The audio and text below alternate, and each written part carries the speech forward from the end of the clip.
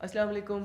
तो आ चुके हैं हम लोग एक बार फिर से एक और नई रिएक्शन वीडियो के साथ। और आज की वीडियो भी बहुत ही मज़ेदार होने वाली है हमेशा की तरह। और ये वीडियो भी मुझे सजेस्ट की थी।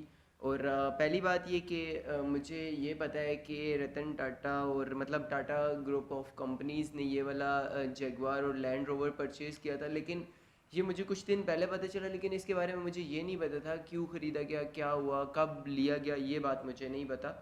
और ना ही इसकी कहानी बता दी। तो ये वाली वीडियो ये उसी से रिलेटेड होने वाली है। इसके अंदर सारा के सारा एक्सप्लेन किया गया है क्यों ख़रीदी गई थी ये वाली।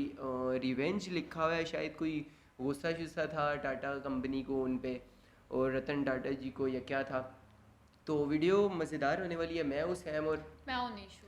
इस वीडियो का लिंक आप लोगों को डिस्क्रिप्शन में मिल जाएगा। और अगर आप लोग भी कोई वीडियो सजेस्ट करना चाहते हो तो हमें इंस्टाग्राम और कमेंट सेक्शन के अंदर में बता सकते हैं।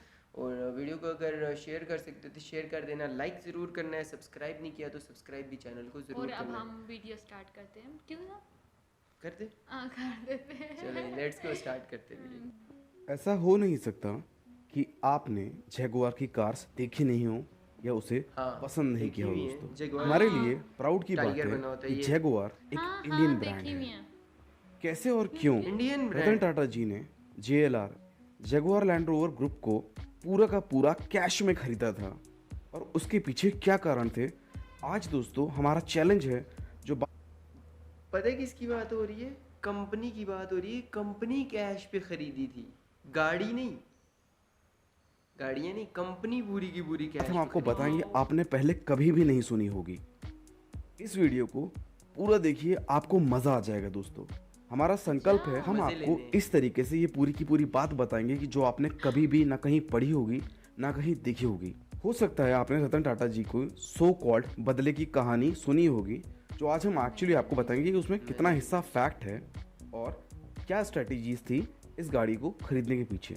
उससे पहले दोस्तों, इतना बड़ा ब्रांड एक इंडियन ओन करता है, इस बात पर यस, अगर आप प्राउड फील करते लाइक हो बनता है यार, प्लीज बिल्कुल लाइक का बनता बटन है। तो दबा ही दीजिए दोस्तों। बिल्कुल बनता टाटा है। ने 1998 में हैचबैक कार इंडिका लॉन्च की थी और इंडिका। क्योंकि रतन टाटा इंडिया से मजे बहुत ही ही प्रभावित हैं, इंडिया से ही रेलिवेंट नाम इंडिका रखा गया था 1998 इसका। लेकिन दोस्तों में। ये लॉन्च पूरी तरीके से फेल रहा। एक साल तक लोगों ने इसे पसंद ही नहीं किया, बिक्री लगभग ना के बराबर हुई। कई लोगों ने रतन टाटा जी को सलाह दी कि आप कार का डिवीज़न बेच दीजिए और ना बिकने के कारण रतन टाटा जी ने ये बात मान भी ली थी। उन्होंने कई कंपनियों से कांटेक्ट किया कि भाई मैं अपनी कंपनी बेचना चाहता हूँ। अमेरिकी कंपनी फोर्ड ने इंटरेस्ट भी लिया। फोर्ड के कई सारे ऑफिसर्स टाटा के मुख्यालय मुंबई आए थे।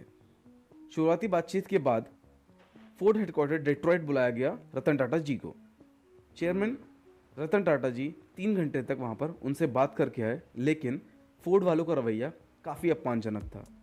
लंबी बातचीत के दौरान कंपनी के चेयरमैन बिल फोर्ड ने कहा, जब आपको पैसेंजर कार के बारे में कुछ पता ही नहीं था तो बिजनेस शुरू ही क्यों किया आपने? अगर हम इस कंपनी को खरीदते हैं तो हम आप पर एहसान करेंगे। ये एक फैक्ट लाइन है दोस्तों। सुन क्या कह रहे हैं, क्या कह अगर रहा हम ये करेंगे तो आप एहसान मतलब अगर आपकी कंपनी लेंगे तो जो कही गई थी। उस शाम को 90 मिनट की फ्लाइट के दौरान रतन टाटा काफ़ी उदास रहे। यूजुअली वो कभी उदास होते नहीं हैं। इस घटना के 9 साल के बाद 2008 में अमेरिकी ऑटो हब डेट्रॉइट की जब हालत ठीक नहीं चल रही थी, तब टाटा ने फोर्ड का luxury brand Jaguar land rover खरीदने का फैसला किया। और सबसे इसमें जो प्राउड की बात है दोस्तों, $2.3 बिलियन उस समय के मतलब लगभग 9300 करोड़ हुए थे, वो 9300 कैश में पेमेंट किए गए थे। उस समय बिल फोर्ड ने टाटा जी से कहा था कि JLR खरीद कर आपने हम पर बहुत बड़ा एहसान किया है। तो दोस्तों वास्तव में it's a matter of proud.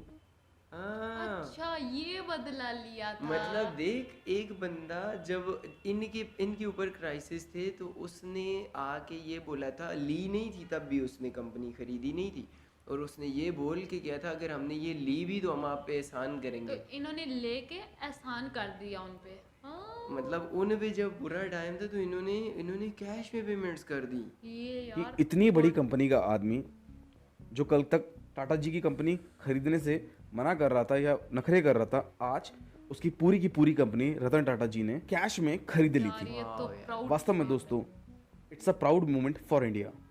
अब हम आपको दोस्तों बताएंगे कि एग्जैक्टली क्या वो रीज़न थे जिनकी वजह से रतन टाटा जी ने ये कार को खरीदा। नमस्कार दोस्तों, राइट टू शिक्षा में आपका स्वागत है। राइट टू शिक्षा एक लर्निंग प्लेटफॉर्म है जो पूरा डिटेल रिसर्च एनालिसिस करके आपके सामने बात को लेकर आता है। यार अच्छा। देखिए 2008 में जब इस कंपनी को खरीदा गया तो वो ईयर बहुत इंपॉर्टेंट था। आप लोगों को याद होगा उस 2008 ये क्राइसिस का बताने लगे, लेकिन मुझे भी याद है 2008 बहुत सारे कंट्रीज़ के लिए क्राइसिस था। जैसे कि यूरोप कंट्रीज़ में भी क्राइसिस चल रहे थे और इसमें भी क्राइसिस चल रहे थे। क्या नाम है, मतलब ये जो हमारे मिडिल ईस्ट बनते हैं, ये जो कह लो कि दुबई वगैरह, सऊदी वगैरह, ओमान, ये इन कंट्रीज़ में अमेरिका crisis- बहुत तेजी से क्राइसिस में जा रहा था और पूरा वर्ल्ड क्राइसिस में जाने वाला था, पूरा वर्ल्ड क्राइसिस में ही था। क्योंकि रतन टाटा जी बहुत एग्रेसिव थे कार के मामले में।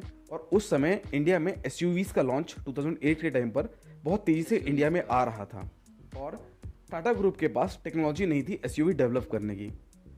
तो जो जेएलआर ग्रुप है दोस्तों, जैगुआर लैंड रोवर ग्रुप, इनके पास मैक्सिमम नंबर ऑफ पेटेंट्स थे डिजाइन के, इंजन डिजाइन की टेक्नोलॉजीज थी।